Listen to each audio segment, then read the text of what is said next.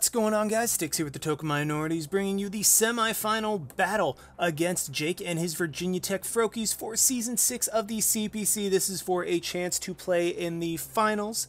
And before I get into the battle, just a reminder that if you like this video or found it helpful, please leave a like, drop a comment, click that subscribe button. It helps us out a ton. And let's do more cool stuff for you guys. And if you have not checked out the team builder, I will link that in the description. Please feel free to do so you can understand what mons I am bringing and what spreads and why. Really get an understanding of what type of strategy I was going to go for in this matchup. So yeah, let's just go ahead and jump right on into the battle. Like I said, up against Jake, and he brought a team of Nidoqueen, Gardevoir, Snorlax, Latios, Infernape, and Rhydon, and quite frankly, Rhydon was the last mon of his that I expected to be brought. I really thought that Staraptor, Shaman, there are a couple more, Empoleon, Sneasel, like I thought all of those would have been brought before Rhydon, but I mean, props to him. He brought a mon that I was not as prepared for as I definitely should be, or I definitely could have been.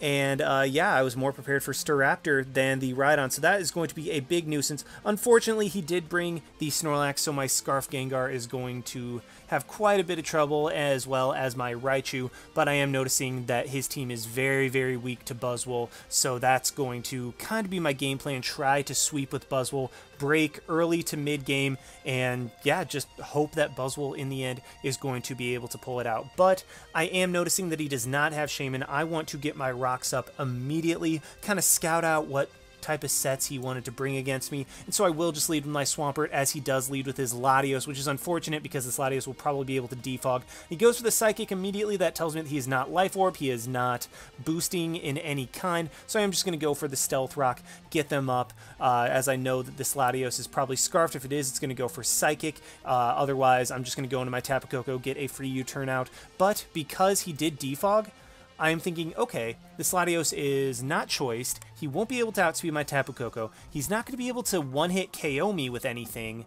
This is the exact opportunity I was looking for to fire off a Nature's Madness and potentially lure in Nidoqueen and get rid of it very early on. So that is exactly what I'm going to do. Go for the Nature's Madness, get the Nidoqueen down to 50. You can see that... Okay, hold on.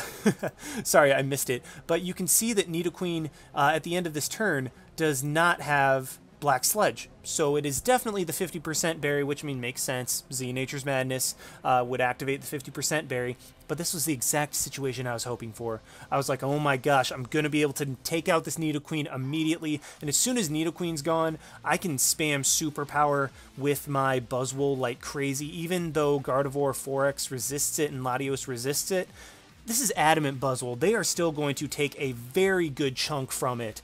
And yeah, so I'm just going to take this opportunity and go for my Z move, as unfortunately he makes a very good play, scouts for that, goes into his Rhydon, and yeah, this Supersonic Sky Strike is going to do absolutely zero. So very unfortunate right there that I do miss that opportunity, but now I am just going to U-turn out into my Swampert, potentially get my rocks right back up as they do pressure his team, gets the needed chip on a couple mons as he goes for Toxic. Annoying for Swampert, but it's not the end of the world. I can get my rocks up against this Latios, and I was trying to decide, okay, do I want to just spam rocks until I die, or do I kind of want to get chip off on this Latios for Raichu? I decide that Nidoqueen's low, Rhydon is now in range. All I need to do is just chip down Snorlax and Gardevoir a little bit, and then Raichu will be able to win the game, and I don't necessarily think that I'll need rocks up to do that. So I am just going to take this opportunity, go for a Toxic on the Latios as he does defog the rocks away, and counting the damage. This looked like a uninvested lot, or not uninvested, wow, a non-like boosting item Latios. It just looked like a standard Latios. I'm thinking that it's Latios. Wow, how long have I been saying Latios? This is a standard Latios. Looks like it is just max special attack. And I'm thinking it's going to be Z. If it's not Scarf, it's switch up moves, etc., etc. And my Swampert has a very good chance after Toxic to be able to live. He got a high roll, unless he's modest. Unless he's modest, then it's not a roll at all. But he got a high roll on Psychic the first time. I'm thinking that it's going to be Timid because you don't want to underspeed Salamence and guaranteed underspeed Gengar with Latios. I'm thinking he's going to be Timid, max speed. And so my Swampert, he got a high roll with Psychic the first time. If he gets a lower roll this time against my Swampert, then I will be able to live and get my rocks up once again. But unfortunately, he does get a higher roll with Psychic twice, and my Swampert goes down. So unfortunate that I wasn't able to get rocks up, but I did get accomplished what I wanted to in this situation. So I'm just going to go into my Tapu Koko. Latios is low. I am just going to go ahead and U-turn out. I mean, physical U-turn might not necessarily knock it out, but at least it'll chip it down to where I have a Necrozma as a switch in. So he goes into his Nidoqueen and gets the poison point. Now, that's very unfortunate for me because Tapu Koko is going to be worn down. I need the Tapu Koko at full to be able to potentially take a Hyper Voice from his Gardevoir later in the game. So, yeah, that poison point sucks, but I am U-turning out. I take this opportunity to go into my Necrozma, and I'm just going to try to break. Like, he has really nothing on his team that wants to come in to +2 Necrozma. He goes into his Rhydon, and I'm like, okay, I'm going to get Toxic, as I do get off the SD, so I'm going to get Toxic, I know that, but I will be able to take down this Rhydon at the very least. Go for Knockoff, get rid of his Violet, because Knockoff into Earthquake will be able to knock him out as he, unfortunately for me, hits the Toxic, but I mean, like, that's why you run Toxic, like, because it hits. And then I'm going to go for the Earthquake and take the Rhydon out. So, yeah, unfortunately, my Necrozma is Toxic, but now I am +2. I'll be able to take something else out on my way as he goes into his Latios, goes for his Z move, and look at that. That does nothing to my Necrozma. That did 65%, and I'm able to knock out this Latios with a knockoff. So Necrozma, with Swords Dance, was able to take out 2 big annoyances for my team, and Raichu is looking better and better at this point. All I need to do is knock off the Snorlax, or get it lower and it doesn't have a berry, which is very, very difficult to do, in all honesty, and get a little more damage on the Gardevoir if it is just a regular fast one.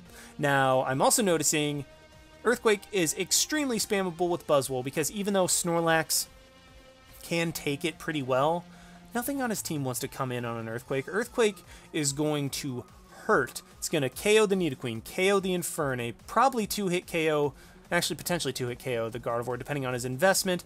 And let's be real, I don't, like, unless he makes a God play and goes into Snorlax on a Buzzwole, although to be fair, if I'm in on a Nidoqueen, then that is a very realistic possibility. Then, unfortunately, he will be able to switch in. But yeah, Earthquake, very, very spammable at this point. I digress. But Necrozma is low, and so unfortunately it will go down to another hit. I'm hoping he chokes, goes into like Snorlax or Nidoqueen, lets me knock them off, but he goes into his Infernape and goes for Flare Blitz, and that's actually great information for me. Like, that was about as great of a turn 14 as I could hope for. I mean, Necrozma was going to go down regardless. Like, it was going to go down to a special U-turn from an Infernape. It was just going to go down to something. Like, anything on his team would have knocked it out. Infernape or Gardevoir probably would have outsped and been able to kill me. But as it stands, he goes for Flare Blitz, revealing that he's physical Infernape, and that information is going to be insanely crucial in the late game. Also, Salamence would have been great, but that's beside the point. But yeah, he has Flare Blitz on Infernape. He is a physical Infernape. That is going to be phenomenal for me. So Necrozma goes down. Unfortunate right there, but Necrozma took out 2 Mons, really opened the game. I'm going to go into my Buzzwole. I'll live a Flare Blitz guaranteed, and I'm just going to go for an Earthquake. Like, right now, like I said, no human would go into Snorlax in that situation, because it was just as likely that I go for a fighting move as I go for Earthquake, just because I'm like, okay, maybe he'll predict my fighting move and go into Snorlax, and especially because Snorlax is still needed to check the Gengar, Raichu, and Tapu Koko. It's needed to check 3 of my 4 members. Nidoqueen has pretty much done its job. I mean, Tapu Koko lost its Z move. It's not as much of a threat anymore. I figured that Earthquake was a pretty safe play, just because you would not risk your Snorlax in that situation. That would be a choke of all chokes if you do that in that situation. So Nidoqueen does go down to the Earthquake. That is very, very nice for my Koko to just be able to spam Wild Charge against his team. And he goes into Gardevoir. I know that I can't quite kill it, so I'm just going to go straight into my Alolan Raichu, kind of sacking it off, try to go into my Koko later, as he goes for Trick Room, and I was like, oh, crap. Well, with the right move, he might just be able to sweep through my team, because if he gets the roll with Hyper Voice, he can just Shadow Ball the Alolan Raichu, knock that out. Shadow Ball the Gengar, knock that thing out. Hyper Voice the Koko, if he gets the roll, knock that thing out. And then he can also Hyper Voice the Buzzwole and knock that thing out. So, yeah, as soon as I saw Trick Room, Mega Gardevoir, I was like, oh, crap. I mean, I tipped my hat to Jake. Like, at this point, I was like, okay, if I lose, I am okay with losing this way. Like, this, if I lose this way, I mean, he brought Trick Room, Mega Gardevoir against me. I tip my hat. I tip my freaking hat to that. Like, that is a very, very good bring. If I go down to this, so be it. But I am obviously going to still try to win the game, because all I need is a little bit of damage off on Gardevoir in order to put it in range of Raichu, Gengar, Buzzwole, or Tapu Koko. So I just need to sack something to get some damage off. But at this point, I also want to try to stall out the Trick Room, so that Gardevoir doesn't get the opportunity to, you know, just kill everything. So knowing that Gengar can take a Hyper Voice, knowing Hyper Voice is more than likely going to come out at this point, I'm going to go straight into my Gengar. Just go ahead, take that. It's fine. I get to it KO'd by it. It's whatever. And now, knowing that he's probably just going to go for a Hyper Voice again, I'm like, okay, Raichu is the most expendable. And then Raichu lives. And so I choked big time by not thinking, well, by not calcing that Raichu, with all of the bulk that I put in, could take a Mega Gardevoir's Hyper Voice. I did not even think about that, because my bulk was mostly really just for like a priority moves, just so I wouldn't get chipped down that easily. But I really should have calced. Like, that was a huge choke. What I should have done, stayed in with Raichu that turn 1, fired off a Thunderbolt, get the damage that I needed on Gardevoir to where like Earthquake, Wild Charge, Sludge Wave would all be able to take that thing out. I mean, that was a big, big, big misplay on my part. I didn't even think about it. And now I potentially will pay the price if he manages to get my roll, to get the roll on Tapu Koko, because then I will just lose to this Gardevoir. So big, big misplay by me. Man, I'm just choking all over the place in these in these games. In the playoffs. But yeah, Raichu will go down to a second Hyper Voice, but luckily Trick Room looks like it is expiring. Trick Room will expire next turn. So what I'm going to do, I'm all in on this play. Like, I'm going to go into my Tapu Koko, pray that I get the roll with Hyper Voice to where I'm able to live, and then knock him, or not knock him out, but damage him very, very heavily with a Wild Charge. Like, if I get the Wild Charge damage off, then Buzzwole has a very good chance to sweep this game. I mean, I would have had the damage off if I just stayed in with my Raichu, but that's beside the point. Dumb play by me. I'm going all in on this roll. Yeah, I mean, this is all in. Looks like about a 50-50 from standard Trick Room Gardevoir, so we're just going for it, praying that we're able to live and hit him with a Wild Charge, and luckily we do tank that Hyper Voice. I'm able to get the damage off with Wild Charge that I needed, and oh, that was absolutely huge. And talking to him after the game, apparently the roll was in my favor. He wasn't like Modest Max or Quiet Max or anything like that. He was some kind of he was a bulkier set, obviously. But yeah, he said the roll was in my favor with the amount of investment I had on Tapu Koko. So, yeah, I mean, that damage might just win me the game. That extra damage with Wild Charge might just win me the game, because what I'm able to do right here is go into my Buzzwole and fire off a superpower, as something is going to die. Something will die. Gardevoir will die to this, as you will see if he went into Infernape. That thing was one shot. Went into Snorlax. That thing was one shot. Like, oh man, and then the Beast Boost means that I still am at neutral to where Snorlax can't come in. Goes into his Infernape, and knowing that he's a physical variant, I'm like, okay, he's going to go for Flare Blitz.